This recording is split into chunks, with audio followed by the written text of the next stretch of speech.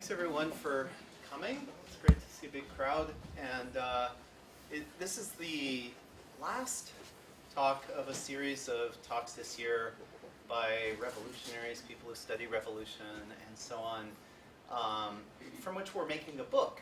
Several of the people in this room were together collaborating to make a book. Yeah, that's awesome. So this will be in black and white. I didn't want to write this down. It's so good. Yeah, no, you don't have to. It's going to be written out for you. And the first talk in this was by Yvonne Maravich, who was one of the people who brought down Serbian dictator Milosevic in 2000 through humor, in part, with the youth movement called Otpor. So it's especially fitting that we end it with Steve, who tries to bring down capitalism with humor. And we together tried to bring down a war, end a war through humor. The Serbians actually did end a war with humor, among other things. We tried. It started with a drink in 2008 at a bar. Thank you. Yeah, the inanimate objects here collaborate too. We had a drink, and it was at the height of the Iraq War in 2008, I think, 7, 8, Yeah. one of those. And we thought, and Steve said, like, hey, instead of protesting the war, let's celebrate the end of the war. And I said, yeah, that sounds great. Let's do that. How do we do that? Well, we got to get thousands of people into Times Square. And so okay, great plan. Let's get thousands of people into Times Square. And we got really caught up in this plan. And we knew somebody who could get thousands of people together, Willa Tundi with the danger list and all that. And we had this complete plan to get all these people into Times Square. And there would be like something with the Trinitron. There would be like music blaring out of a window. And We were going to have pirate radio and TV that was broadcasting. Oh, we were going to recreate the White House press office. Right. And then have announcements from the press office. Right, on the I still TV. think it's a good idea. That is a good idea, on the pirate TV. We could still Yeah. do it. And there were a lot of things, and one of the things was this prop. It was going to be like a few people would hold up the front page of the New York Times saying the Iraq War is over, and that would convince people it was true somehow. And we were going to make one of them. We were going to make one of them. Well, The front page. Yeah, front page, maybe Xerox it off a few times. Yeah. Hold it up, people, yeah. And we thought it was a great idea. And for a month we planned that, and then we told some people about it. Maybe longer than a month. Months. Months we planned that, and then we actually went to the trouble of asking some people whether it was a good idea, and they said no. But they liked the prop, Yeah. the New York Times, right? Yeah, well, and after the RNC, we were pretty sure that any gathering of people was just going to get beat up. Not if they had. Well, like, the you know, people. like, we didn't want it to be a cop magnet. Right. That was the other thing. Right. How do we do this without getting people beat up? Yeah, and there was also a question of tastelessness, like Yeah. celebrating the end of the war while people were getting killed over there. Yeah. Yeah. I can't remember, but they were kind of appalled by the idea, but they liked the prop, and so Yeah, we were open to criticism. yeah, we were open to criticism, and fortunately, we got it many times over the subsequent months when we took the prop and we decided to make it, but make it a complete paper, Yeah. so just basically publish a fake New York Times, and we did. We got it written. We got an editor. That didn't quite work out. A number of things worked. A number of things didn't work. Yeah. And the date kept shifting. Like it started It was like supposed to be in April of 2008. Yeah. And it ended up coming out in November. of 2008, Yeah. a week after Obama's election, as if we had planned it that way. It was actually a disaster from beginning to end, but it worked out at the end. So there's some Yeah. lesson there, and that's how we met. So Yeah, in a bar. in a bar, yes, we met in a bar. Steve. Thanks. Actually, we met in, I was told to use the microphone. Hope that's not too weird. Is it work? Like, you guys can hear me better? Yeah. Okay. We actually met in California. You came and lectured at Davis, and I was like, how did you think of the name Andy Bickelbaum? And he said, that's my real name. I did. Yeah, you did. Wow. All right, so I brought some. All right, I'm going to show you two main things. I brought some images of past work that I'm just going to plow through right at the beginning that might illustrate some things I'm going to talk about later. So, first thing is this. This is an original drawing that just says $30, and then I made 10 copies. And I sold this one for $30. And then each copy, like the first 4 were 15, and then the next 3 were 20, and then the last 3 were 25. And everyone, like, they sold out in like a day or a day and a half because everyone thought that if they could get one that said $30 for $15, it's an incredible deal. This is a 9 by 9 foot sign that the lights flash in mesmerizing patterns. This is a park bench that was next to other park benches, like with real estate agents' information and stuff like that. This is a project to do with Packard Jennings where we replaced a bunch of different park benches in Oakland. And then this is another sign where I'm, like part of this too is just using popular culture and like the language that kind of people understand. And sometimes even just a voice, that it's not necessarily exactly what I think, but using a voice or persona, I can say something else. And then that's an image of the paper. So there's some themes here of like popular culture, talking in a language people can understand, and trying to highlight a sort of a vision of what's possible or utopian ideas. So the first part of this is going to be about comedy and humor. I just taught a class at the School of the Museum of Fine Art called Truth and Comedy. And when the students came, I was like, I'm not going to worry about teaching you art.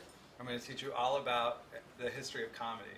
And we're going to acknowledge comedy as being an art form that's as valid as anything that's in the museum next door, anything you've learned in art history. And halfway through, they're like, can we see some more art examples? And I was like, you guys, I promised you that this was only going to be comedy. So like I showed them all different kinds of stuff that had to do with character comedy and improv, and all to sort of like take out some, well the other thing I admitted at the very beginning was like, I just want someone else to talk to about this, and if I teach you everything, we can have interesting conversations, and that's really the only reason. It's like very selfish, just wanted to have a conversation I wanted to have. But during the course of the class, I was able to like figure out a bunch of stuff, a few kind of key lessons I'm going to share with you. The sad part of this bad news is that I didn't plan this very well, and there are not a lot of jokes in this. So I have all this, like these interesting insights to comedy, but I can't promise it's going to be very funny. And it's also like something I'm working on. So like the class ended yesterday, and so it's just like ideas that came out of it. They're not totally polished, so I hope they inspire some like other thinking in you, but don't think like he's wrong, I got to tell him, because I probably know that some of it's wrong. And then the other thing I was going to say is, if I was smarter, I would write books about this stuff, but I never write the book, which is like, well, I'm really glad that you guys are transcribing it. I just like come up with some ideas and then make a talk and give it once, and then it just gets absorbed. So there'll be a book, so that's good. Okay, so the first part's about comedy. So one of the books we read was this book called Dead Funny that's about humor in Hitler's Germany. So like people that, there's sort of 3 categories of jokes. One was people that, Nazis, right? Nazis jokes. Nazis jokes in the end turn out to be not that funny. You can read them, they're like kind of horrible. They're really mean, Then there are like resistor jokes, and resistors have, like it's sort of a coping mechanism. They come up with these jokes in order to like make fun of the Nazis, but in a way that is sort of safe. And then there's jokes that were like written and told by people who were being killed by the Nazis, which are really dark and really funny. But part of it too is like the history of Nazi Germany, which hadn't really studied since I was 15 or something in high school. And there's a small theater in Berlin that did these sort of parody performances. They were like iconoclastic and told jokes that were not proper. And in the beginning, the Nazis tolerated this, but then there was this point where like these people cannot perform in the theater. And to me, it was kind of amazing that like there's this little theater, right? The theater holds like 30 people. 30 people can see the show at night. It's not like movies we have now, or like ways that thousands of people can see things on the internet. Like the theater is so limited in that the audience and the performer have to be there at the same time, you know, in the same room. And there were 30 people a night, and they're like, we have to shut this down. This can't continue. And I was thinking, like, are they being totally paranoid, or were they really that threatening? And in the end, I decided that they were actually, it might be paranoid, but they were actually that threatening. That these jokes are actually pretty powerful. And so the first kind of point I'm going to make is jokes are vehicles for transmitting cultural ideas, right? So if you have like a really complex idea, a joke is not going to tell you the whole history and the how and the why and you know, like all the nuance, right? But you can get this little piece of it, and that piece can include, you know, parts of those things, but it's basically just like a sentiment, right? Or a sentiment about injustice or feeling, and it can be an introduction to an issue, right? So you've got this little piece. Again, it's not the whole thing, because the whole thing kind of becomes too much, and that doesn't travel very well. So a little joke that's like fun to tell, and it travels really well. That idea travels well.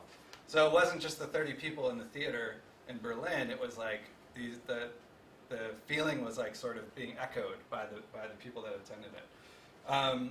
Jokes also have this way of like getting people off guard, right? So if I'm telling you a joke, I can deliver this idea in a way, you know, like if I said, okay, can we just sit down, or can I take a minute and a half of your time and talk about nuclear warfare, right? And you're like, no, you know? or like, if you're really nice, you'd be like, okay. But if I'm like, hey, I have a really funny joke, it's like, all right, tell it to me, right? And then in that, I can start a conversation about nuclear warfare. So you can catch people off guard. The other thing is that, like, if you set these up in a series, you can begin to make a bigger point. And I was talking about this earlier. I don't know if it was anybody, or I know there was a couple people here earlier at the artistic activism lunch thing. But jokes, when they're done really well, and like if you can kind of set it up, you can introduce an idea with a joke, and then you can kind of follow up with something really disturbing, really uncomfortable, really painful, right? And people will hang in there as long as they know there's another joke coming.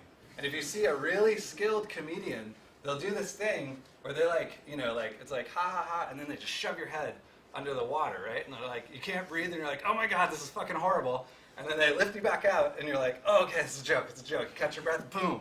And they like shove you back down into the water again. And that through that series, you know, like you can take someone through something really intense. And again, you know, these are like very skilled comedians that you have to look for. But when you start to notice, like, oh my God, this person made me laugh and carried me along in a really painful story, there's power there. So, okay. I might have some other things there, I don't remember. Again, this is unpolished.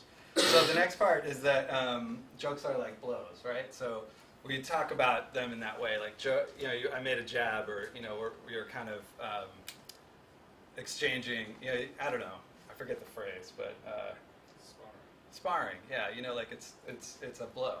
So jokes work really well when they come from below, right? So if you've ever heard an interview with a comedian, you know, like sometimes it'll be like, oh, I was made fun of as a kid, and this is how I coped. Like, I started to make jokes, and then they didn't beat me up anymore, right? So jokes work really well against somebody more powerful. And as long as you're striking against somebody more powerful, people like it. They'll laugh. And it also has a way of like kind of undermining that aggression, right? If someone is like actually oppressive and you can make jokes in return, there's a way that you become humanized, and it evens it out a little bit. The other part is like striking from below is part of the American identity, right? Like that's the story of the American Revolution. We were repressed, and then we fought back. You know, And it's also, you know, like revolution and like just the kind of general idea of fighting oppression, as you're fighting against someone more powerful. So there's part of that as a culture we enjoy. The other side of it is like striking from above. And this doesn't work as well. This is basically usually perceived as bullying. So when we think about like racist jokes or misogynistic jokes, it's someone who is in a position of power that's making fun of someone that's less power than they have, right? And if you really look at what would be called like racist jokes or jokes about race or jokes that might be considered misogynistic that you enjoy, it's usually because of some kind of context or the character of the person that's saying it, that you realize that that person actually isn't in a position of power, right? So they're making jokes about race rather than being racist. And really it's about the intention of the person that's telling it. And we could probably talk about this too long, so I won't belabor it. But, you know, like really racist jokes are told by racists. And I think it's more about intention. But more I want to like frame it as the idea of like striking from above, and that's what makes us uncomfortable. If we suspect that that person is striking from above, the joke doesn't go over. And really it's about attacking someone with less power versus fighting back against someone with more power. So comedy generally as a language is one that favors the underdog, and I think that to realize that we have that as an advantage, really important. And again, that other thing is like trading on equal footing is what friends do, right? So there's like a back and forth. And when you do that, you have a relationship because you're on equal ground. If you start to get the advantage, then it's like, hey man, ease up, you know, even if you're telling jokes. The other thing about this is like, again, very humanizing. So I have a story about this where, and it's some of you, if you really follow what I do, might have heard me tell this before, but I was at a protest in like 2003 or 2004 at Lockheed Martin in the South Bay, San Francisco Bay Area. And the goal of the protest was to circle all of Lockheed Martin so that people couldn't get in to get to work. And they had like lockdowns and stuff. And as the day went on, like you had Lockheed Martin, then you had a ring of protesters, and then you had a ring of police, right, around the side of them, like these concentric circles. And the action wasn't happening at every point around the perimeter, right? Like there would be hot spots at like driveways and things like that, or like there might be them cutting down a lockdown and then, you know, most of the protesters go. So the police line had to be pretty consistent, but the protester line would kind of like ebb and flow.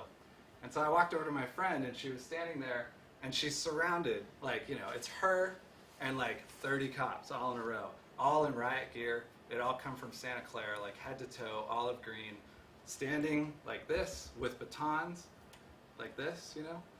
And Jackie's there and she's like, you know, Thompson, I really like your mustache. But I think Stevenson has a better mustache. Do you guys talk about that? And so I walk over and I was like, what are you doing? Because she's engaging with all these cops, you know, but it's really just this, she's like this tall too, you know. And she's like, I'm having a mustache contest. And so far Thompson's winning. And so that turned into like me and her doing this like joke telling like marathon for these cops. And we would try to come up with jokes that were like about us. So, you know, one of my favorite ones was, how many protesters does it take to change a light bulb? And they wouldn't answer. You know, like they would just stand there and we're like, anybody? You know, and like they're just trying not to like make eye contact with us, you know, and like it's got to be, and they have to be in position the whole time, you know. And I was like, protesters, what do you mean protesters can't change anything? You know? And then the cops would be like, you know, and like trying to fight it, and then they had their names right on their shirt, so it'd be like, Davis, you can laugh, it's okay, I'm not going to tell anybody, you know. And then, you know, how many hippies does it take to screw in a light bulb? Hippies don't screw in light bulbs, they screw in dirty old sleeping bags, you know, and then they're just like sweating, trying not to laugh. So we did this like over and over again, like every joke we could think of. And it got to be like really funny because they wouldn't respond, and so me and her were just like you know, like really acting it out after a while, and like, I don't know, Jackie, you know, like this whole thing. eventually their captain came over with this bullhorn, and he's like, all right, you guys, cut it out. Or I'm going to arrest you for telling bad jokes. And at that point, we were here, right? And then he's like, calls them all away. And they go off. And so, it did a lot of things. It the other thing too is we know you're going to be telling these in the locker room later today. You can laugh now, it's fine. My name's Steve, doing all this stuff. And there was no way after that they could hit us, So, these stories of the clown army and that kind of thing, I'm sure you guys know, but there's something that comedy does that kind of levels things out. That's my point. So, okay, so my next point here is that you can't win a debate against a joker. You just look like an ass. So, the ability to tell jokes and be funny is really our territory. That's territory we can navigate. Anyone whose power depends on them being taken seriously can't really operate on this territory. So those cops, they can't even smile. They can't move. They're stuck in that spot, right? They're stuck in that exact position. And so they can't answer it. You know what I mean? So in this case too, you run into the danger of appearing like a bully because you can make jokes and you can do all this stuff that the other person can't do, but it's pretty valuable territory. So it also gives us the ability to shapeshift. So you don't have to maintain the same character. And we were telling these very self-deprecating jokes, things that we thought they would think were funny, that weren't necessarily things we believe. So you can take on these different personas and characters. You can also sort of parody your opponents. So begin to take on and ape their positions that really aren't quite our own, but they're not able to do that. They have to, keep their sort of character. You can also kind of amplify their character and become a villain. And then this allows people to laugh at the villain, which is really just a caricature of them.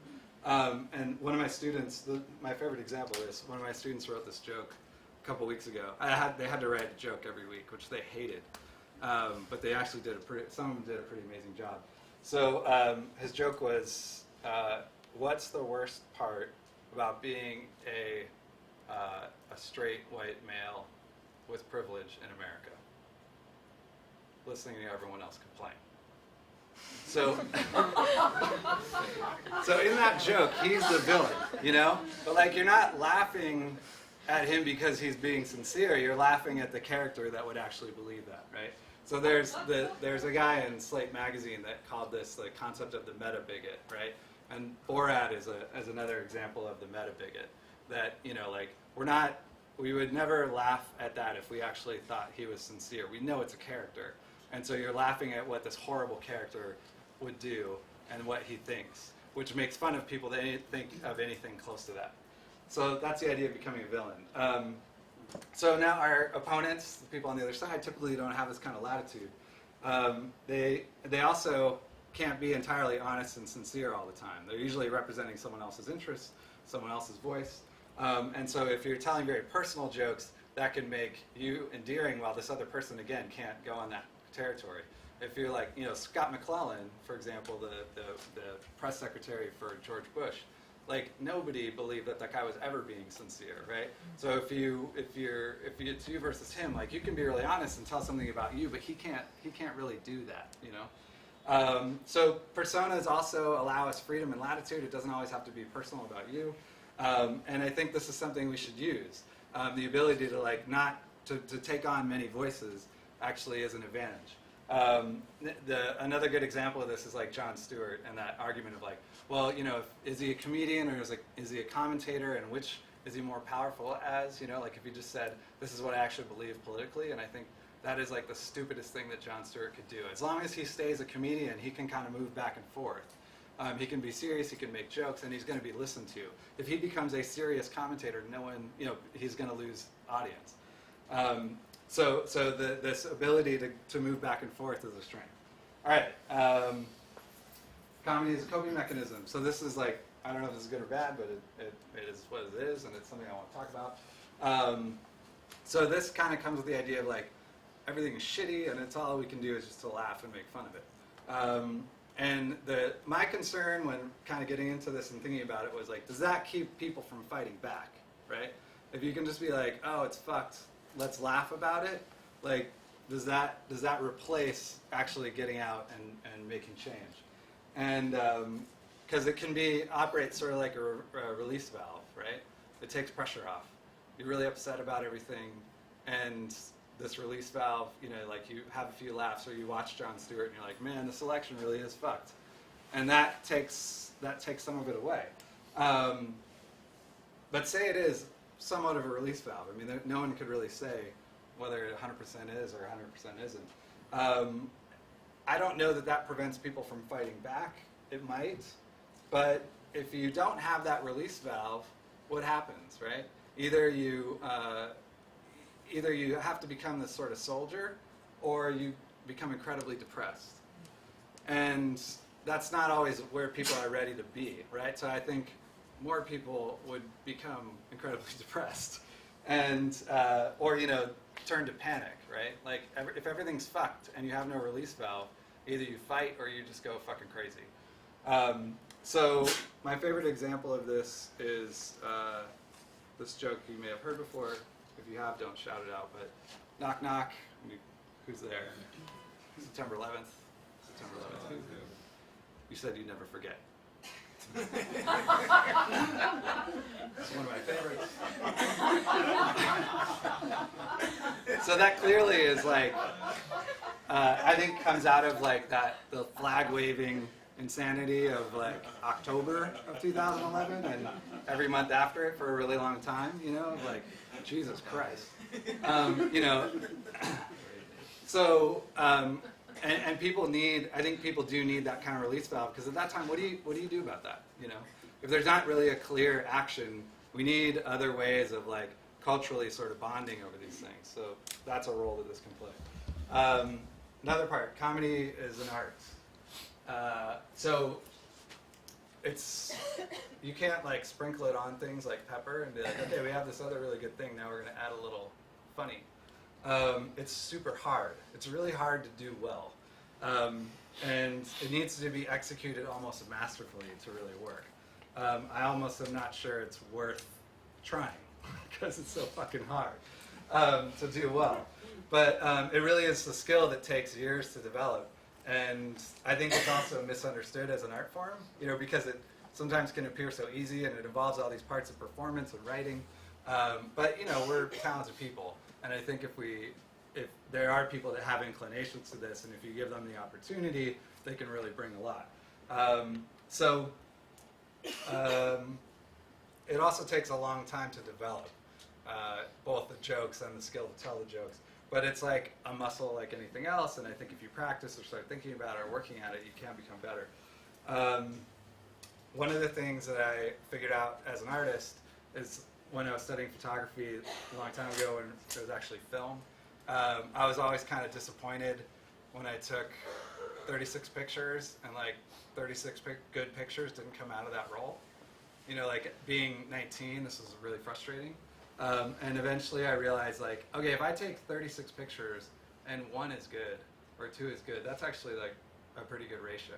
Whereas in activism, if you had a 1 to 18 success ratio or 1 to 36, you'd be like ready to quit.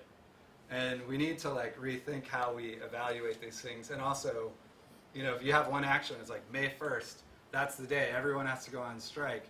It becomes like you have this threshold of success without a lot of ways to test it. Whereas if you can, like do an action every day and build on it, or, retry these jokes of the way that they're performed every day, then you can get better at it, right? So we need to sort of bring down these barriers of success. Another part of this art form thing is that, like, the presentation is really critical. So if you think about, like, if you think about when you've told a joke and it doesn't work, like you kind of fumble the punchline, or like you can't remember it exactly, or the phrasing. Like jokes work really well when they're delivered just the right way, just the right place at the right moment, And so being able to figure out how that works and how you can do it is really important. We were at lunchtime today. We were watching this street action, that was supposed to be really funny and had some really funny moments, but they had not cleared like a line of sight, right? So if I'm like trying to tell you a joke in a really loud room and nobody can hear me and nobody's really paying attention, it's not going to go over very well. You know, like you have to set up a situation for that to work. And that's the kind of thing we have to think about too. Okay, so moving on. So comedy also can give us a lot of freedom in our tactics. So I think that this opens up a lot of possibilities into this like kind of radical, boundless strategy. When you think about like we don't actually have to say what we mean, it becomes, you know, things kind of open up a little bit. Has anybody here studied improv before? Back there, what's the first rule of improv? Say yes. Say yes, right? So the idea of say yes in improv is, or yes and, is that whatever your partner, you walk out on stage, you have no idea what you're going to talk about. Your partner says, hey, I'm glad you got to church today. And if you have to agree that you're in church, if you say, what do you mean we're not in church?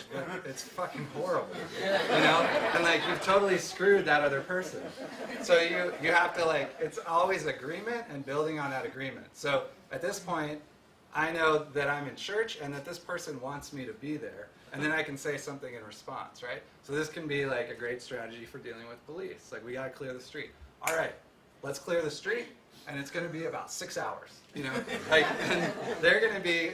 What happens with this improv, for example, is like it's this incredible trick of, you know, like when you see it, it's like, oh my God, these people are thinking of this fast, and you can kind of stun people, and you can stun an audience, you can stun the police. So there's these, you know, improv is a way for like incredible things to happen really quickly. Also to generate ideas. If you're thinking of actions, and someone brings up an idea, and you have that one person that's like, it's not going to work, we tried it back in '87.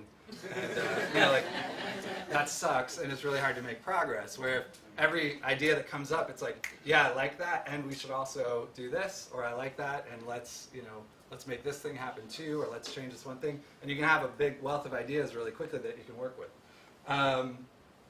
If you take on this sort of comedy thing too, if you're in a discussion, like the thing I found, and I'll talk about again as I show this, the capitalism sign, is that you don't have to win, right? Like in a debate, you don't have to like beat the other person. You can kind of like be the slippery character. I might be able to prove this point more later, but you know, like again, if you don't have to stick rigid, like I'm going to win this argument, you need to believe what I believe at the end. You have a lot of freedom to sort of complicate things. Get that person thinking in another way. Get them wondering why you don't. You're not saying what they expect you to say, and so on and so forth. Some other ideas about this too. I live in Boston right now, and Occupy Boston had this space called Dewey Square, and they had filled it up, right? They needed more space, and there was a park across the street, so they wanted to move into the park across the street. Across the street. Just put in new grass that somehow costs $180,000. Like they can't move over there. It's, you know, there's $180,000 in landscaping, as if you could somehow destroy 180. I don't know how you do $180,000 of damage to a park, but anyway, that part was absurd. Someone should have highlighted that. Nobody did. But they're like, you know, the police are like, you cannot move over here. If you move over here, we're going to arrest you, right? So then it becomes this literal like stalemate of like territory. Well, you want to come here, you're not going to let us come here, we're coming over here, you're pushing you back, you know. And if you can like take on this sort of, if you can risk being sort of silly and absurd, again, you have all this freedom, right? The police have to stand there and defend that space. But if you're like, okay, we're coming over, and everyone comes over and like, you can't stay here, you got to go back. Okay, we're going to go back, right?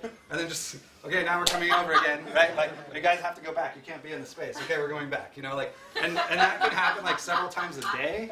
That can happen every day, right? And eventually, they're going to give up, right? Like, if you just keep doing it, they can't just be there all the time pushing you back. But if it becomes about a fight, you're going to lose. And they did. And I think it was a blow for Occupy Boston, too. And they eventually lost Dewey Square. Not to say that my idea would have helped them keep it, but it's a different strategy. Okay, so, all right.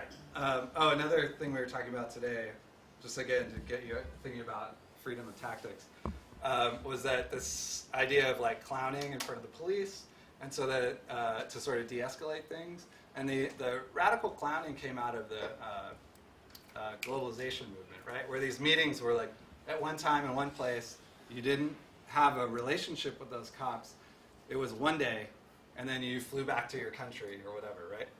And so it makes a lot of sense in that context. Here in New York, it's the same cops every time, right? And you're going back, so you know they're going to be there.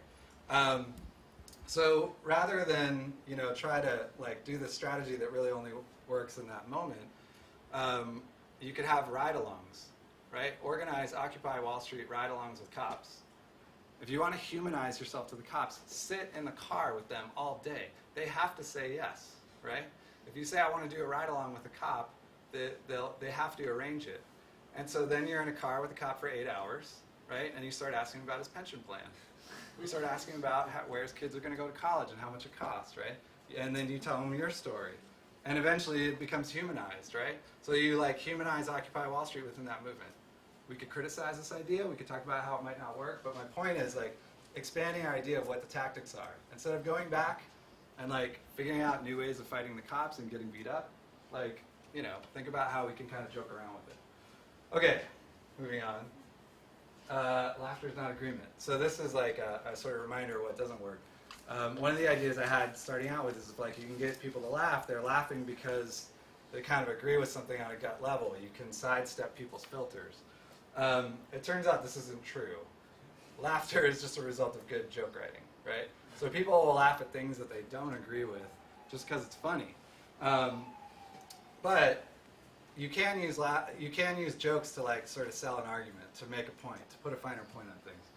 And it goes back to the idea of like repeated dunking, right? So comedy, I think, is better used as a way of proving a point rather than trying to make your point in general.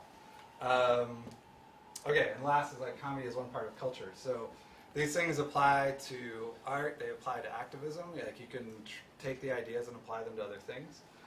They all won't necessarily fit perfectly, but if we took art, for example, art allows us unique ways to transmit pieces of ideas, just like a joke does. It allows us to shift roles. So as an artist, I don't have to be a guy in a beret with a striped shirt and an easel and a canvas and a palette. Like I can be sort of a journalist. I can take the role of a reporter or a healthcare worker. Like I can take anything that I need and combine that into an art practice and use that. So we can shift roles. Art allows us to take metaphorical strikes against more powerful opponents. It allows us to subvert debates and reinvent tactics. So this is one way, but if this is not your thing, I think it could work in other ways too. Okay, so that's my comedy thing. Hold your questions. So around a year ago, I was thinking about what was the most important work that I could do. And for a long time I'd made work about power and control, systems of control, advertising, things like that. Capitalism was sort of always at the root, and I decided to try to like deal with these things as head on as I possibly could. And I'd always been apprehensive about taking on capitalism because it's so big and so embedded. And that the economic system is really like a religion, so it's like walking up to people and saying, can I talk to you about Jesus? You seem insane. And like they don't want to engage. So most of us know better not than to engage in this conversation, but although we want to. And the conversation around capitalism that's popped up over the last year, we've all been ready for a really long time. So most people haven't been, though. And this is this thing I took from marketing. It's a sort of consolidated, changed around thing that I adapted it, but it's called the Stages of Change model, I think. And it starts at the beginning and goes up to the end, right? So it starts with like, oh, here's this idea. Like, say I wanted to get people to wear seatbelts. Like, first they need to be aware that they need to wear seatbelts and why, and in the end they do it. And as activists and artists, we often like forget about the middle steps and like, I just need to get the information out there. I'm gonna raise awareness, and as soon as people know that this thing is bad, everything's gonna change. They just need to realize. And whenever I hear this kind of stuff, it drives me nuts. Because there are a bunch of intermediary steps, and in order to be effective, you have to know, figure out where they are. So we move from the bottom to the top, and these are the other steps. So once someone knows, like, okay, I'm going to use seatbelts as an example because it's silly and obvious. But, all right, I need to wear seatbelts, it's safe for me. You got to get them to think about it after, right? So if we put a billboard on the side of the highway that said, wear seatbelts, it's really important, that might not get them thinking about it, right? Because they're like, why is it important? You haven't given any reasons. The next part is remembering this later, right?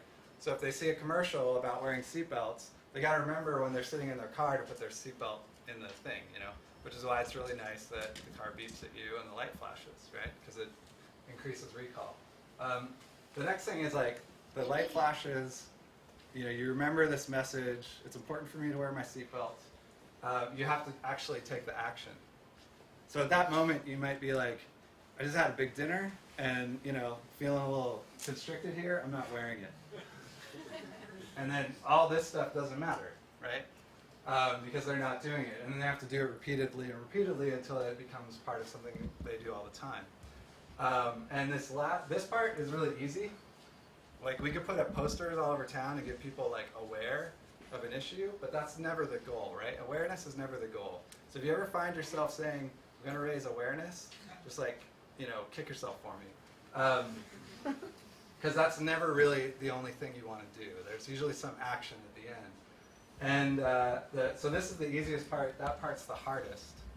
And the part at the top, too, also is the preaching to the converted. So this is the other part of this. If you ever hear people say, oh, you're preaching to the converted, say, yeah, and it's important. We can't do it too much. It has to be balanced, but there is value to preaching to the converted. So, so with this capitalism piece that I was trying to make, usually I'm trying to work somewhere here in the middle because that to me is where the challenge is. But with the capitalism project, I realized that I needed to focus on the bottom part, right? Because it's not really part of everyday conversation. Most people misunderstand even what the word means. I had people ask me if capitalism and democracy are the same thing. If capitalism and freedom, like, you know, you can tell by the way they're talking that they believe capitalism and freedom are the same thing. Capitalism is in the U.S. Constitution or part of it. And basically that capitalism is just good, you know, like that, and why would you argue against it? So these are the kinds of things that, like, this is the first step for most people. Not people in this room, but like a lot of people. And this project, you know, I started it in Cleveland, Ohio, right?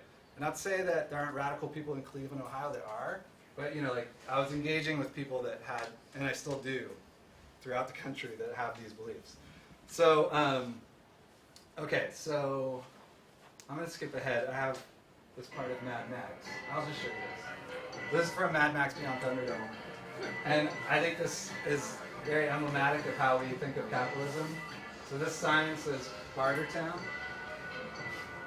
And Bartertown is without capitalism, and it's filled with chaos and poverty, and you know, this like extreme violence and stuff, which you'll see in a minute. So like basically the idea of the loss of capitalism is the loss of civilization, and it would be a huge step backwards. And then all kinds of crazy other shit happens. We got all the lights but the ones we need. So that's Thunderdome. One man leave. Weapons? Anything is possible. Chops aside. How do I get in there? So, you know, in Thunderdome, there's no court, there's no trial. You just fight. And so in Bartertown, where we've lost capitalism, all kinds of crazy shit happens. The legal system falls away, and we basically become barbarians. And Tina Turner is essentially the judge, jury, and executioner. This is what happens without capitalism in popular culture, right? This is just an example. Now, I'm just using Mad Max to illustrate my point about culture in general, but you can see this, you know, out in the world as well. It's very simplistic logic, but I'm sure if you talk to him for a while, he could fill us in and explain the details. You get people like dumping every kind of politics together and equating them together. And you know, this is like a fringe group of people, right? And for certain, these extremes are a minority. I don't want you to give you a wrong idea about our beautiful country. But they are echoes of like this common sentiment about the risks of leaving capitalism. And part of our cultural programming around capitalism, what you learn in school, like, I don't know about you guys, I went to a really great school in California, but I was taught that, you know, there are other economic systems, and ours isn't great, but it is the best. So, to me, like, how we sidestep this programming and how do we get to the idea that we can, for one, evaluate the system we have, just evaluate it, and decide whether it's working or not for you. And then, if it's not, imagine better ways that it could work. Whether that's reforms or new systems, that whole conversation is like, that's secondary. But like learning from our past, different alternatives from the past, and then have that conversation. So, so mainly focusing on like, let's think of some better ways, but realizing what those first steps are. And okay, so that's the like, the first part is awareness, the second part is contemplation. Those are the two parts I'm focusing on with this piece, which I realize now I haven't shown you. Okay, let's skip ahead here. This is some other examples of some other things. I'm not going to explain. So more examples of capitalism and how pervasive it Corporate is. society takes care of everything. All it asks of anyone, or it's ever asked of anyone ever, is not to interfere with management decisions. I don't mean to resist. I'm just trying to understand this. It's for your own benefit. So these are, you know, again, pervasive popular ideas. And you know, kind of prevent us from thinking of a new system. There aren't as many science fiction movies about like a radical world beyond capitalism that turn out very well. So, so I decided to focus on these first steps and try to move people along these steps, and so that then the rest of the movement could like, you know, help with that. So what I came up with, and it took a long time, was this, which is a scoreboard where people could. It's really big. That guy's a full-size adult man. It's 20 feet long by 9 feet tall, and red, white, and blue for France. And you vote at this podium, right? So you have to decide in your life, capitalism works for me, is this true or false? And this is a countdown so that people can't just slam one or the other.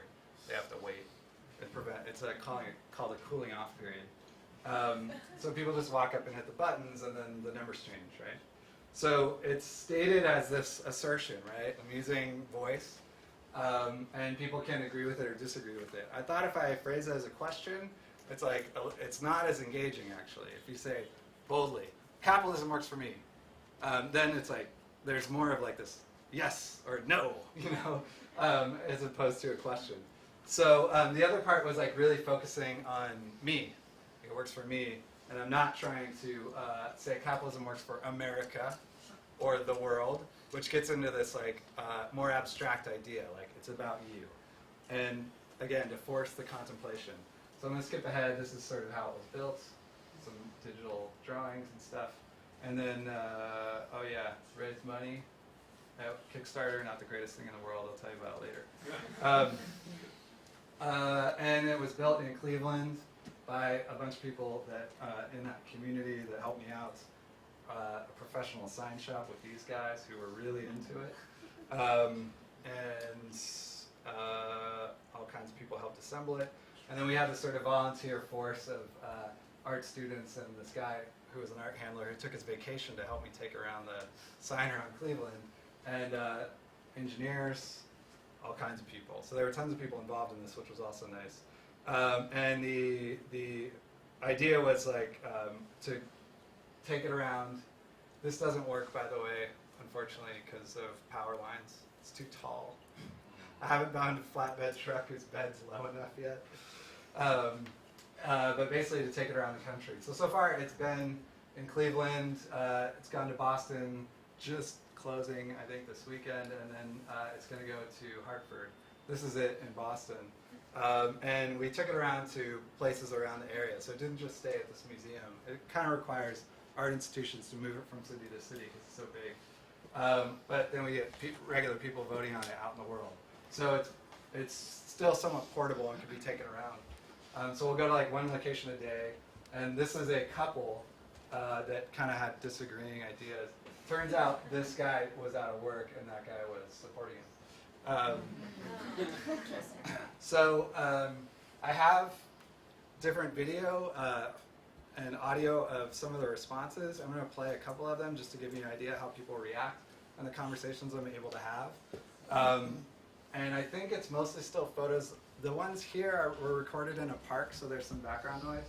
But you'll see. So Well, because it always has worked in this country. Free enterprise and capitalism is what built this country. It's when politicians interfere with the process that's when it fails.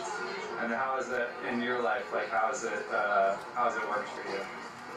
It's worked great. I've had a good career. I'm retired now, living a good life. Great. Anything else you want to say? I wish our politicians would get their fingers out of everything. That's it. All right. I personally am not feeling a terrible brunt. I mean, we're both retired. We both have a fairly decent income, and it's if it were just me caring about me, I suppose we would go on our merry way and not be concerned. But I think if you look around you and see where our society is heading, fewer and fewer people are aggregating more and more wealth at the top of the pyramid. Certainly these wars, as a member of Veterans for Peace, that was kind of my first introduction as to how the war economy has a stranglehold on this country. We have now been in the longest period of armed conflict in the history of our country, 11 years. That's never been the case ever before. I chose the book now that capitalism works for me. I'm employed by the federal government at the Department of Veterans Affairs, which is the most effective socialized medicine system known to man. Our veterans live longer and healthier lives because they are exempted from the capitalist market for healthcare. Okay. And that makes me incredibly proud. So I don't think that capitalism makes me or the people that I hang out with every day, who are mostly veterans, any healthier or better. Because I think that there's capitalism underlines almost anything, and most peoples are motivated by capitalism, whether it's pursuing their own personal interest, business interest, economic interest. Because capitalism is basically that motivation to achieve the results that you set forth to. Unrestrained capitalism is making a wreck out of the world. What we need is the kind of cities and the kind of countries where people count, and where farmers count, and where taking care of the needs counts. And that's not happening the way our system is set up now. It's got to change. Yeah. Okay? So these are just like regular people in Cleveland, and at this point, I think it was in the first weekend that I took it out. And so like I would sometimes ask them questions if they were ready for that, but I was trying to get kind of straight responses from people and figure out why they thought what they thought. Since then, I've figured out like other little things I can throw in to slow them down a bit. Because you'll get, like this person, she just said, "I love shopping. That's why." And so it's hard to argue with. But there's like some people that just don't want to engage. You'll get, and I don't mean to stereotype here, but like white guys with gray hair, for the most part, just hit yes and walk away before I can even talk to them. And I figure there's like the only thing that they can get out of it is seeing that despite what they've voted, like usually at least half of the people who on this, the numbers are for false, right? So they're there and they're saying yes, but they also see that everyone else that's come by there, about half the people it's not working for. So there's something that they take away from it. This was a family, like the dad said true capitalism can work, but society has problems. In some ways, yes, but not to its fullest potential. And then the son said, in social studies, I'm always against it because everyone is always for it. There's some interesting stories here, but I'm just gonna skip ahead. This first came out last summer, like before Occupy Wall Street, and then like really wonderful things happened. And this conversation became like all of a sudden in the news. And like part of the reason I made the piece is because I felt like the conversation wasn't happening in the news. And at first I was like, my piece is ruined. And then I was like, no, wait, this is really good. And so I feel like, like this is a really important, part of like a larger movement. These kinds of ideas may not be making it to the places that I'm going to be able to get to, or reach the people that I want to get to in the way that the sign can. And like I said, in the end, I wanted to make something that could inspire contemplation and move people along these steps. As part of a movement, there's other people that can work on the other parts of the steps too. This sign, again, was meant to be sort of deceptively simple, but not simplistic. The question, I feel like, unravels all kinds of other questions and enables me to sort of start other conversations. I was talking to a high school kid who was like really into capitalism, and he said, this is how we determine the value of everything. And I said, I know, because when I go home, I say to my girlfriend, I love you $60,000. And she knows what I mean. Sometimes I tell her $70,000.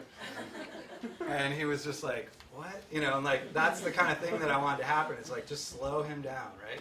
And I was like, how much is your hand? And he's like, what do you mean? I'm like, how much for your hand? And, he's like, I'm not going to sell my hand. I was like, but how do you determine the value of your hand? And, like, again, I don't have to win the debate. All I have to do is like trouble this guy a little bit. Anyway, while it's declared as like capitalism works for me, true, false, yes, no, everyone wants a third button. There's not a third button. Essentially, like, I'm trying to get them to reject that question and the idea of like, we can have this or no, like this or chaos, the system we have or Bartertown. So it's really sort of a game and kind of a joke, and like makes the whole thing into a game. The other part is that it's very sincere but not serious, right? So for me, like, serious and playful are not antonyms. You can be playful about serious things, and it actually works better. The last part I was going to mention, everybody wants to know what the score is.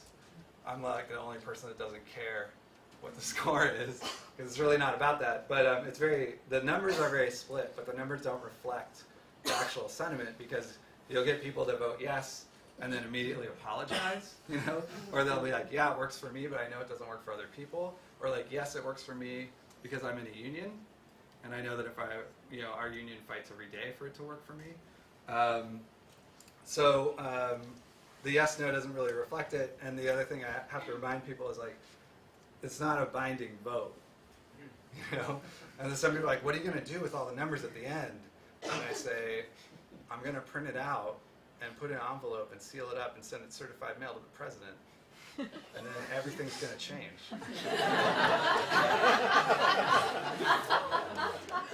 So it's meant to be this very spectacular visual with, like, again, the same kind of flashing, mesmerizing flashing lights to kind of like draw people in. And the whole thing is a trick, like a setup to a joke. And then as soon as they're drawn in, like, they're in my game. And the act of voting and the implied obligation of, like, if you're given the opportunity in this country, you're supposed to vote. Again, another trick just to, like, lure people in.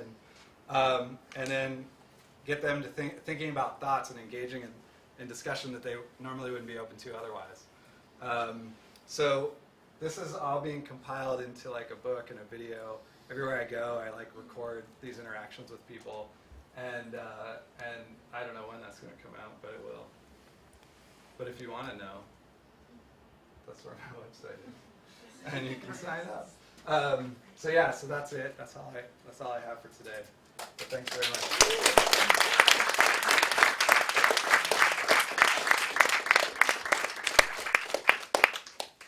Questions? No questions. Just kidding. Sure. But if you want to leave, I've been in so many Q&As. I wanted to leave and it was uncomfortable. Feel free. Yeah. Looking at that, I really wonder if you would do a work actually in China and it said communism, and if it will be voting as well. I really am curious if the Chinese people can vote for communism or the capitalism. Yeah, people I mean, it's very like U.S. specific. I was in Germany talking about it, and there were these Italians that were like, "What kind of stupid question is this?" You know? And I feel like, you know, like in Italy and Spain, they're like born like questioning and fighting, you know. But I had to explain like this in the U.S. is like this is actually a question that people, you know, and kind of give the background. I don't know if that would work in China, you know, like, and I've actually thought about making a sign where you could change the thing and just like allow people to vote on stuff. Because we're not really allowed to do that, and have these kind of public questions.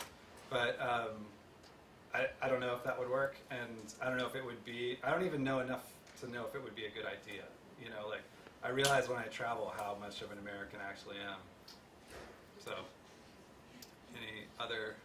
No, it will work, I believe, because China has become so much like America. And if you are wheeling that around, yeah, and I'm really curious. Let's do it.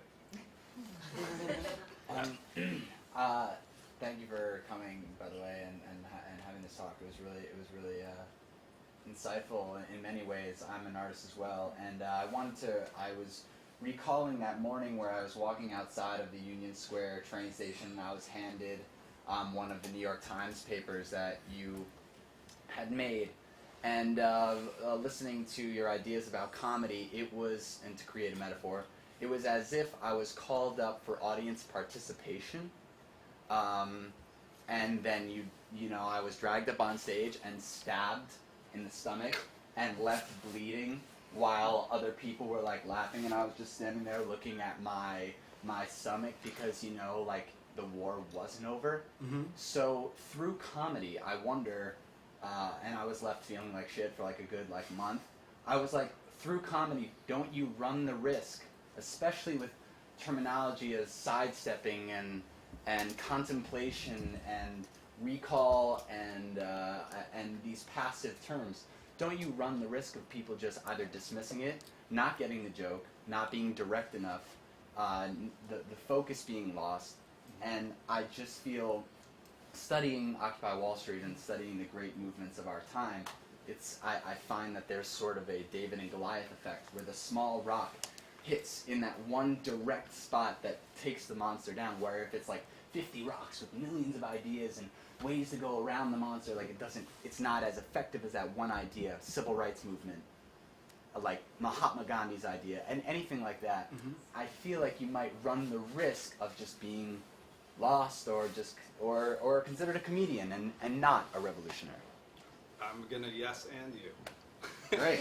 I agree. I think you run the risk of all those things, and that's why, like I said, I'm not even sure it's worthwhile for me to talk about this stuff, because it has to be executed so well to work really to work. Right.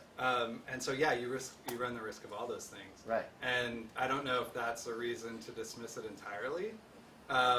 Or to think through, these are the risks, how can we address them as best we can? Yeah.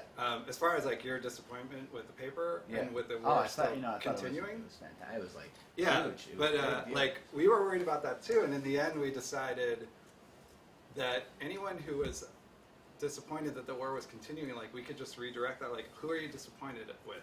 But it didn't end the war though. No, it didn't. Yeah. I wish it did. Yeah, I mean, me too. But me too.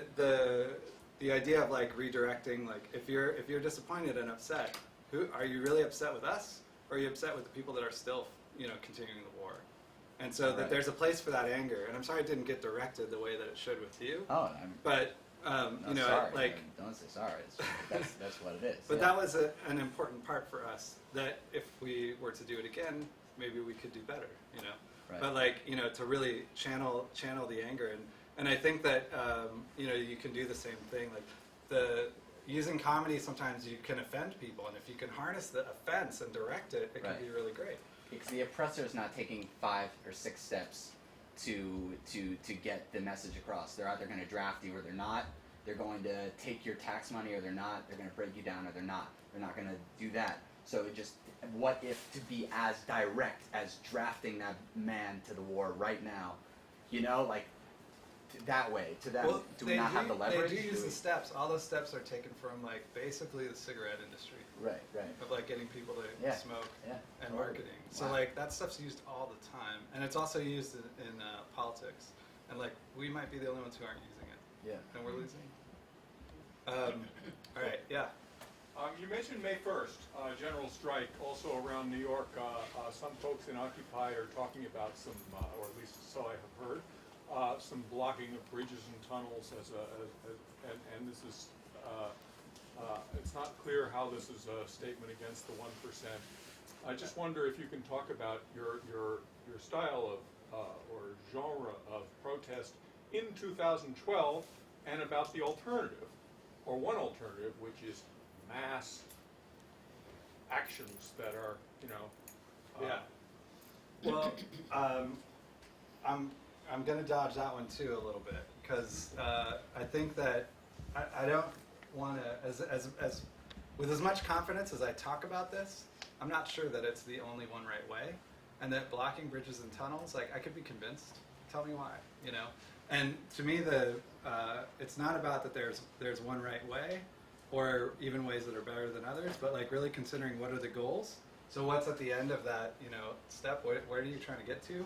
And like, is blocking bridges and tunnels, like, where does that fit along that path? Who's the audience for it? Is it going to move anyone further up that? And how well will it do it? And if it's not, then rethinking it.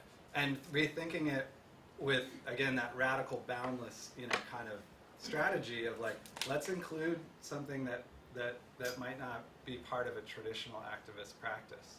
So, we could talk about whether or not blocking bridges and tunnels is a good or bad idea, but I don't know all the reasons why the people organizing it are choosing to do that.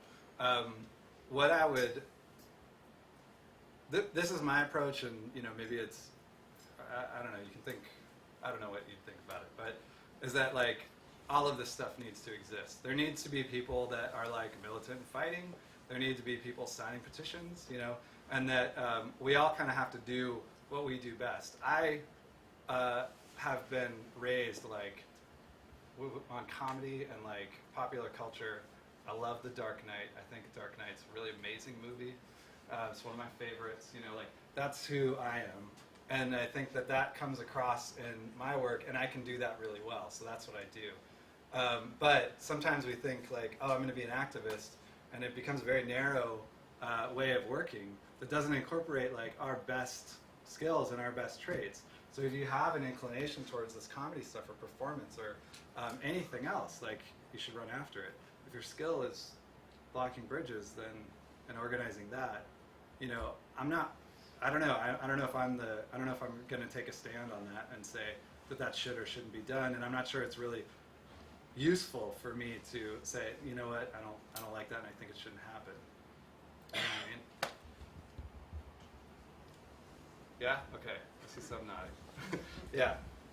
When working on the scale of action or trying to get someone to do something, do you have any experience in figuring out the content in a funny, comedic way, or like working with an audience that is sort of already on your side, and also in the realm of fundraising? So the question is like, if you think it's possible to use comedy to create action, and if so, like, what's some advice would be? Yeah, of course. Yeah, and so wait, you want to know if I think you could use comedy to create action? Yes. And how? Yeah, like some examples. Because I can definitely see it in the contemplation and get people thinking. But if you're like getting them to laugh, but then add substance or add something like, oh, but we're talking about a serious issue, then it's usually like, oh, never mind. Like. No, I think this happens in comedy clubs, good comedy clubs, all the time. Okay. Like nightly, where and this is not all comics. Like if you go to any random comedy club tonight, you'll see some total shit. But like certain people we'll be able to take you on that, like the roller coaster ride or whatever of like dunking you under. And I think it's more a strategy that we could look at and use. As far as like, and it doesn't all have to be for that awareness side of things, right? It could be that you're engaging at a different point, right? So like the recall part, right? There's going to be people that just need to remember to show up to the march. So how can you do that in a way that is fun, funny, and works better than guilt and like, hey man, it's May 1st, everyone needs to turn out, you know? If we don't have everyone here, it's not going to work. Like, that doesn't resonate the same way as like, everybody meet for breakfast, I don't know, you know, something like that. Yeah. Actually, speaking to that, I work with some folks in Seattle who did this project that was called the Bag Monster, and what they did was they collected as many plastic bags as a person generally in America will use or throw away or get from the store in a year. It's about 500 to 600 plastic bags a year. And they made big Bag Monster suits, dresses and costumes, and then they went to the city council meetings and to Olympia, where the state legislature was meeting, and said, you guys can't implement these bans because it's going to ruin our habitat. We're going to die. We're already an endangered species because look at all these other cities that are banning plastic bags. And now Seattle has a plastic bag ban. Yeah, Because and them going and yelling at the meeting. Of the Seattle Times, and they were in the New York Times, and it was funny. It was freaking hilarious. There's no these big bag monsters that are speaking at the city council. Yeah, yeah. So bringing it in a really kind of in your face, ridiculous way, people. Yeah. I'll do someone over here and then I'll get you. Yeah. Well, I was wondering about earlier you had mentioned when you and your friend were joking with the police officers. Yeah. And you kind of added a side note of, well, now they can't hit us. Do you see humorous activism as a way to keep protests from getting violent? Because even nonviolent protesters will still have run-ins with the police or whoever they're protesting against. Do you see humor as a way to kind of avoid that in large-scale protests? It definitely decreases the odds of it happening. I know there's going to be cops that just are waiting to hit people, but I think the one of the things is like becoming human, not becoming another body that showed up at the protest that they have to handle, right? So if you're that person that was in the ride-along for a day, and then they see you out there, they're going to treat you differently, you know? The other thing, like, whenever I've dealt with cops, the first thing is like, hey guys, what's wrong? You know, and like, I'm a human being, right? And I act like a human being, and then they say, oh, well, you know, we can't have this happening. I'm like, my name's Steve, what's your name? You know, and like, okay, yeah, so what should we do? And, you know, it helps that I'm a white guy, but, you know, those strategies help too. And it like, de-escalates, you know? So there's all kinds of things that you can do to like de-escalate things, and I think that's one of them. You still run the risk of getting the shit kicked out of you.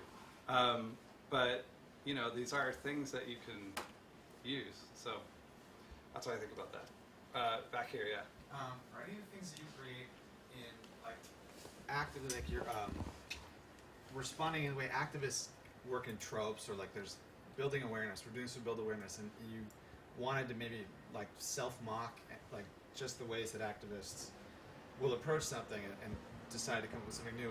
If so, was there anything that like personally that you wanted to approach, like re-edit, make fun of, as you know, we're gonna sign a petition? Like any specific pieces that you showed today, or in general, are there any like things you personally want to poke fun of that activists do that you know they need to be made fun of in a way? Like we're missing the boat on something, and so your art is specifically like do you have like specific nitpick things like, oh, that's why I wanted to make this piece? No, because that to me is like thinking about it as an attack, like, you know, like, all right, I need to take these protesters down a notch, and it's more like fucking with the cops' idea of what a protester is, by making fun of myself as a protester, right? So, and also that comes from like, I think a kind of it's like you want to be helping, but it also has a sort of mean-spirited part that I don't think goes over it, you know. So again, there's like all these ways that this can go wrong, and I totally admit that. I'll just emphasize there's all these ways you can do this poorly, and there's very few ways you can do it well. It takes real skill, but yeah. So the only thing that came close is when I was in grad school at UC Davis, where they have the pepper spray. There was this like free speech area. They literally called it that. And it was a bunch of tables, and that's where people from the outside could come and table and get you to, you know, they had abortion rights activists, they had military recruiters, Christian clubs, like everything, you know, people walk by there like, you know, like, I'm looking this way, I'm not looking at you, I just gotta go where I gotta go. And so I set up this table that said, I will talk with anyone about anything free. And because I, you know, like everyone there wanted to talk about what they wanted to talk about. And so just by putting that sign up and sitting there, it like changed the whole thing. And I didn't even have to talk to people. People just look at it and laugh and like realize that the whole thing was kind of silly. So anyway, that was one. But in the green shirt back there. Nice. I just want to ask you a question, I guess, about the limits of comedy as activism. Like, particularly you use the word like Meta Bigot, and I guess comedy about human interactions, particularly between like dominant and minority forces in society. And just to give an example, be neutral, not offend anyone. So I'm Irish. So let's say I want to take down the images of Irish people in England throughout the history of colonization. So I come up with all these cute comedic activism ideas, and I go to England and I perform them and everything. And people laugh, and maybe it diffuses some of the tension, and you know, start some of the images and some of the words used to describe Irish people historically come up and things, and we all laugh about it. But I think one of the reasons, and I don't have a study to prove this, or any quantitative numbers to point to right now, but I think one of the reasons maybe we laugh is because we're uncomfortably and passively showing that a little bit of us is kind of agreeing with almost. That's a stereotypical image. We know part of it's true at some surface level maybe. That Irish people are drums, so that they're hard-headed working people. They just go to church on Sunday and then drink a lot of whiskey or whatever and get into a fight. Yeah. So part of us might think that that's, you know, we have some feelings where we think that's true and we're uncomfortable about it, so we're just kind of laughing. Yeah. And, you know, so I think there's this element going on as well. So that's the psychological thing. I think that maybe, you know, it's internal and it's hard to really do anything about.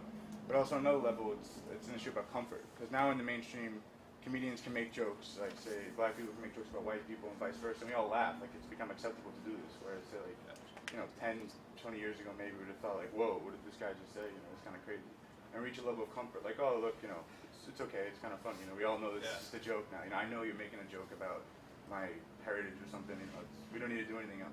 But if you look at the statistics behind it, there's still the same problems going on with like jail rapes or whatever we're trying to, you know, focus on. So I think that there's, maybe it's an icebreaker, the comedy part to it, but it has huge kind of limits too, is what it can achieve. Maybe. Yeah, I think, so the answer to this is like the chapter. That's a lot, book. And the book is called Only Joking, by a guy named Jimmy Carr and Lucy Greaves. And he talks about, and I'll sum it up, but like if you're fucking crazy, read the book because he'll do a better job explaining it. That stereotypes and jokes are more often shortcuts for a character, right? So if I say Irish guy walks into a bar, or Irish guy walks in, you know, whatever, like you have an image of your mind of possibly hardworking, religious, drunk, you know, like maybe a little slow, but it's not necessarily about Irish people. It's just a shortcut for the character. And the person that's telling that joke doesn't necessarily believe that all Irish people are like that, and the person listening to it doesn't. The person that laughs at it in agreement already had those feelings. And so, the joke is not going to change anyone's mind, which is what I was saying before, is like it can put a finer point on an idea, but you know, there's going to be some people that you can't reach, and I think activism's the same way. Like if you went and told that person, like, you know, these stereotypes about Irish people are bad and they're not all true, that's not going to register with that person either. There's got to be some other like more fundamental change. So I think with all this stuff, it's like thinking about the audience, and when we think in terms of like, I want to reach the most extreme, dug-in, racist motherfucker, you know, like that, then you're coming up with a different strategy. If I want to reach most people who have reasonable ideas, you know, like then that's a much broader part of the population. Whoever it is you want to reach, whatever their goal is, I think that's what it comes down to. The other thing about, you know, the like black people are like this, white people are like this. There's a comedian named W. Kamau Bell. It's amazing, and his jokes are about race, but they're about power and and culture, and not, or they're more about power and like racism and stuff, and not about like black people are like this, white people are like this, which is more about culture. And I think there's a part of that's okay, but I think that's unskilled comedians. You know, that's not. And with every kind of practice, there's going to be people that are really great at it and really bad, and some that are okay, that are really popular. You know, but it doesn't mean that they're good at the art. So anyway, that's my kind of long answer to your kind of long question. Yeah. Can we do you then Dred? Yeah. And leave anytime. I will not be offended. I love your accounts of joking with the cops. It's something that a lot of some of my friends and I at Wall Street have been talking about, trying to do and get other people to do. I don't know if I would be the best person to do it in that way. But so I have a couple questions about that. One is, do you really think it wouldn't work in a place like, in a situation like with Occupy, where you're confronting the same cops, and would there be any way to sort of modify the strategy to maybe make it work, aside from the Ridealongs, which I think is an excellent idea. So I just tell everyone I know. But and then I guess, yeah, also, I mean, have you ever done workshops on it? Would you be interested in doing something like that, if you think it could work? I don't know if I have like more ideas like off the top of my head right now. Right. I don't mean like ideas for jokes. I just mean like, what do you think about this context? You were mentioning that you didn't think it would work in this context, and I'm wondering if you could say No, I a little don't more think on that clowning works as well, because the clowning was invented as a tactic for a kind of drop-in place where you would never really deal with those cops again. Where like here, it's the same cops every day, month after month. And so you have an opportunity, and then also playing with the game of, you know, like these rules that exist of like, if you request a ride-along, they'll have to give you a ride-along. And, you know, so part of like the Joker kind of character is like figuring out the system and figuring out how to, or hacker or whatever, right? It's like, this is the system, how can I mess with it? I have this thing where they have to say yes, right? And like I get to sit with them for all day, you know? And like once you're arrested too, you know, I've had friends too who like started conversations with the police. Luckily, we're calm enough and in a place where like they could engage the police and start talking about the issue. And then like that cop, you see the gears turning, you know, and it like becomes more complicated for them. When it's simpler, it's easier to, I think it's easier to hit people. So, but the other thing I want to say that's kind of runs contrary to this is like, if we start thinking about actions for the cops, we're like losing sight of that real goal, right? The real goal has nothing to do with the police. And as soon as you're strategizing around the police, they've kind of won. You know, like even if they never beat you up again, they never arrest a bunch of people again, you're like, your strategy has become oriented around that, and to be really conscious of that. And so like, there's the comedy part of it, but there's also like exploding the possibilities for strategy, and not being limited to like, okay, we have to deal with this cop thing, you know, or like that could be a part of it, but never lose sight of that for their goal. You know? I would never suggest that should be the only strategy, but in terms of the this is yes like and, it would be reacting to a conversation I had earlier. Yeah, totally. Okay, so I don't know, that probably was not a very satisfying answer, but we can talk later. Okay. So, I wanted to actually related to what he was reading. I mean, I think that when you were talking about sort of racist jokes don't have any effect and stuff like that, well, yes, they do now, and they really did like 60 or 70 years ago. I mean, there's a whole genre of comedy that was about reinforcing racism. Yeah. And people laughed at that shit. I mean, you know, Yeah. even up to Amos and Andy, people laughed at that shit. And so Yeah. I think that the question, it comes back in a certain sense to power and who has the power. And you know, now it's a little bit different. I mean, people, you know, while Andrew Dice Clay had a lot of fans and people that finally somebody's talking about niggers again. There were a lot. Hey, you know, but there were a lot of people who were like, I don't know. That's, you know, we can't have that.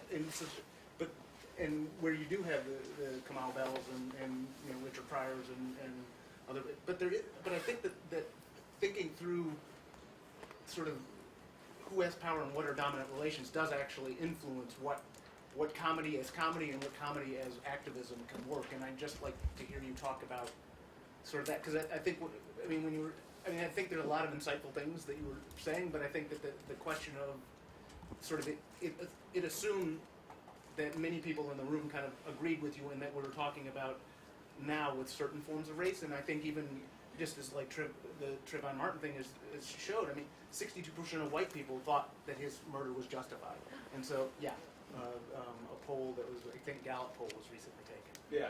And it's like, so, I do think there's a way in which certain foundational things that have not been overthrown yet can still get reinforced, and how do you see challenging some of that, or laughing at some of that in a way that moves people that are not the hardcore racists, but others to kind of get with. Well, as usual, trying to have lots of conversations, and I agree with you up to like most of it, and I guess what I was saying before is that I don't think jokes make people racist. Like, people are racist, and that jokes don't like make people not racist.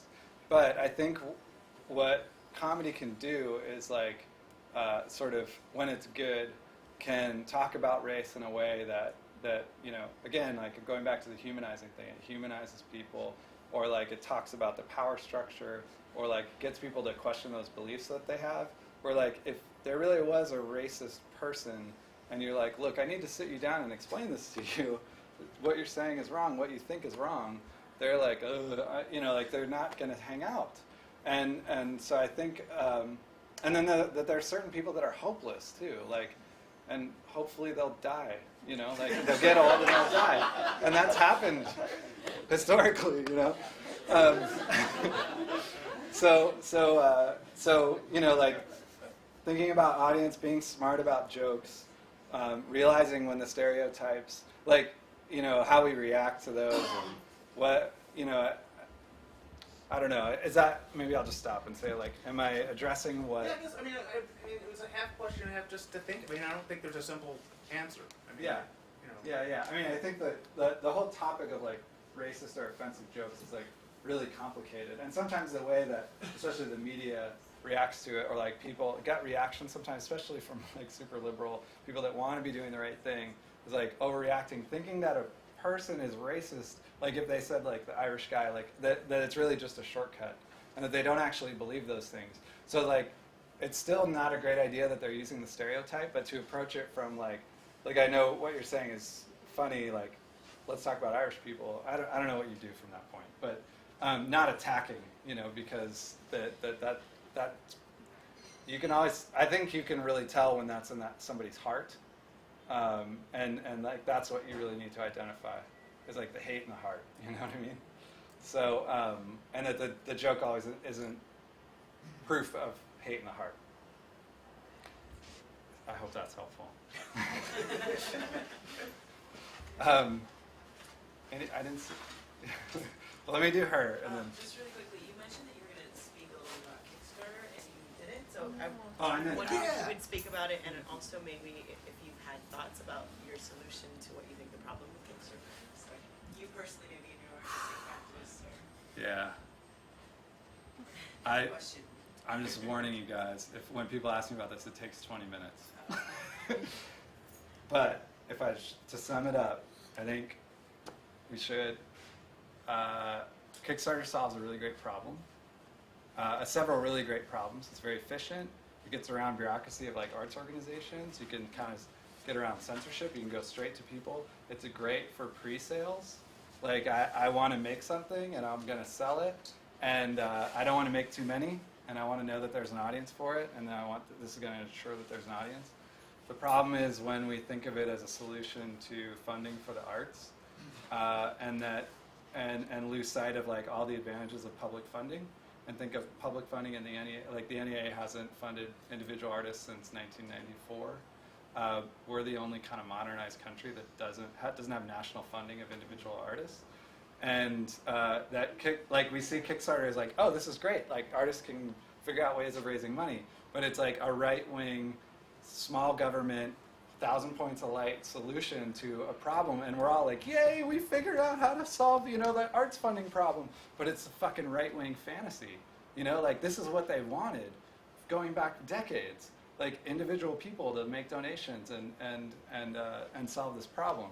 So to be like aware of that and like, I used it and it works. It works really well. There's a lot of really good things, and so I have like a complicated relationship with it. But like I I've seen arts organizations, small arts organizations, that say, well, our funding for that program got cut, so we're going to do like a crowdfunding thing. It's like, no, you have to fight for the funding. You have to fight the cuts. You know, and like once you've solved that problem, it's not as urgent anymore. And I think that's horrible. And that I worry about that direction. And again, I can talk about it for too long, so maybe that's where I'll stop. But yeah, just, you know, just remember George Bush talking about the 1,000 points of light, and all the individuals coming and solving all the world's problems once they cut every fucking federal program. Anyway, any other questions? Yeah, and then we'll. I was just going to say that, you know, when you're saying that comedy is a Trojan horse, so you can't apologize too much for cognitive dissonance if that is part of the recipe. Like, yeah. So as much as we're sensitive, like there is like a percentage point in your chart of like, well, yeah, you know, if I have 35% dissonance, who knows who likes it or whatnot. Like, that's actually pretty good because I'm not looking for everybody to agree with me or anything, but you're trying to get something across that, you know, if you could just talk about that, like, it is dissonance, and yes, you will have people who are shaken emotionally for whatever reason. Yeah, that's part of the idea, right? Like, because people's ideas of capitalism can be so solidified and simple and stuff. So, like, anything I can do to rupture that and get them, like, for one, why is there a 20-foot by 9-foot sign even asking this question? This is not a question, right? And as soon as you put up a 20-foot sign where, like, people can vote, it's like, why are we voting on this, you know? And, like, that's, like, something they have to reconcile. So, like, stirring things up that cause people to think and reconcile, like, that's an important part on that lower stage. I just want to, again, say that, like, that's the easiest part. And for most issues, that's not what we need. Like, global warming, we are way past that. The people that don't believe in global warming, like, forget them. There's always going to be 10, 15% of people that will never be convinced. But, like, after Al Gore's movie, like, everyone was aware of the issue and ready to, you know, like, things happened in 2006. Like, we made great strides. Now it's like, what do we do? What's the action? And I need to remember to do it. And also redirecting it from, instead of like, oh, it's me personally, I just need to recycle and buy a Prius, to like systemic, you know, policy change and how to implement those policy changes. And the issue isn't that people don't want to do it, so they just don't know how. They don't, there's no agency about, like, if I do something, I can affect that policy change. And then they get frustrated, you know. So being really clear about the actions and the goals too, and like making sure that it's achievable.